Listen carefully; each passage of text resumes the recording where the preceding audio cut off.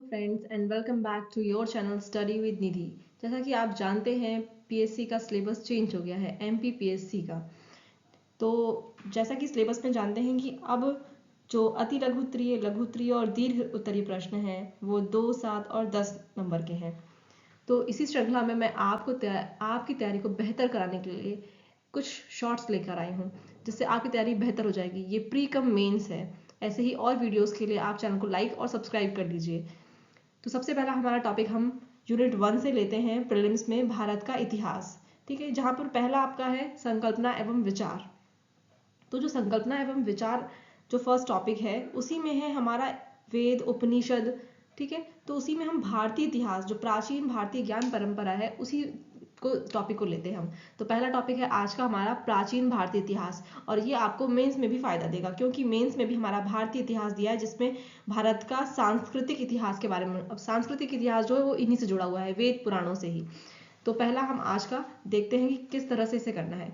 तो सबसे पहले जैसे कि आपको स्क्रीन पर दिख रहा है, वेद प्राचीन भारतीय इतिहास, इसके स्रोत क्या है, कहाँ कहाँ से हमको ये इतिहास मिला है। ठीक है, ऐसा का ऐसा लिख देंगे। आपको अगर 2 नंबर में आए तो कोई भी 2 पॉइंट लिख दीजिए।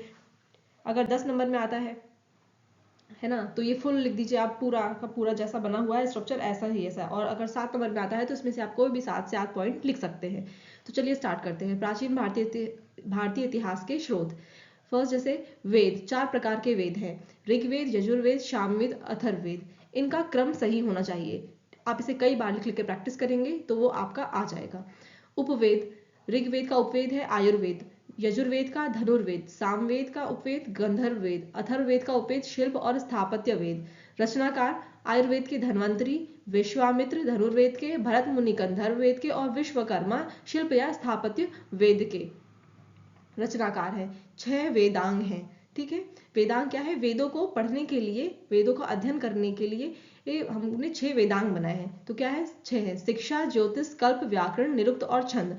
हमारे सिलेबस में वेदांगों को अलग से भी दिया गया है। आगे की वीडियो में आप देखेंगे कि वेदांग क्या होते हैं। फिर है ब्राह्मण ग्रंथ, 4 है: ऐत्रेय, शतपथ, पंचविश और गोपथ। महाकाव्य, 2 प्राचीन महाकाव्य हैं, रामायण और महाभारत। ऐसे ही पुराणों की बात करें तो 18 पुराण है, और सबसे प्राचीन जो पुराण है वो मत्स्य पुराण है।